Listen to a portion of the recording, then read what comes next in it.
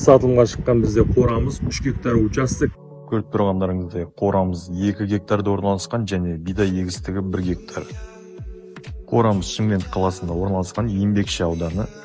Қорамызда бізде жалпы участокта 2 гектарда времянка бар және де жем-шөпке арналған ғимаратымыз бар және ірі қара малға арналған қорамыз бар. Жалпы ірі қара малға арналған қорамыз 3 блоктан тұрады. Ұзындығы 120 метр және ені 13 метр. Және потолоктардың биіктігі 4 метр. Және жем-шөпке арналған ғимаратымыз бізде 16 бокстан тұрады. Тағы айта кететін жайт, қорамыз бізде Шымкент қаласында орналасқан. Шымкент-Ленгер трассасы бұл бізде. Ірі қара малға арналған қорамыз және жанымызда бізде бөлек помещениеміз бар. Бұл бізде времянка, жол. Осы бізде канал, трасса. Каналымыздан бізде насоспен су игеріледі.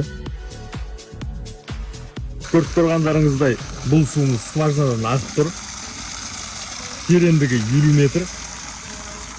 Бұл бізде 16 бокстан тұратын жем-шөпке арналған помещение. Жылқыларды бөлек ұстауға арналған бокс. Ені 20 метр, ұзындығы 40 метр, биіктігі 6 метрге салынған. Шлагбауммен, ортасы шлагбауммен бөлінген. Сырты фундамент, стойкалар бәрі бетоннан жасалған, ортасы саман қыштан жасалған, төбесі профнастилмен қапталған. Және жанымызда бізде тұрған 400 бас малға арналған қорамыз. Откорм ферма 3 блокқа бөлінген.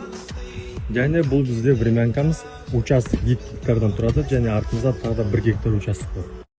Келесі сатылымға шыққан бізде қорамыз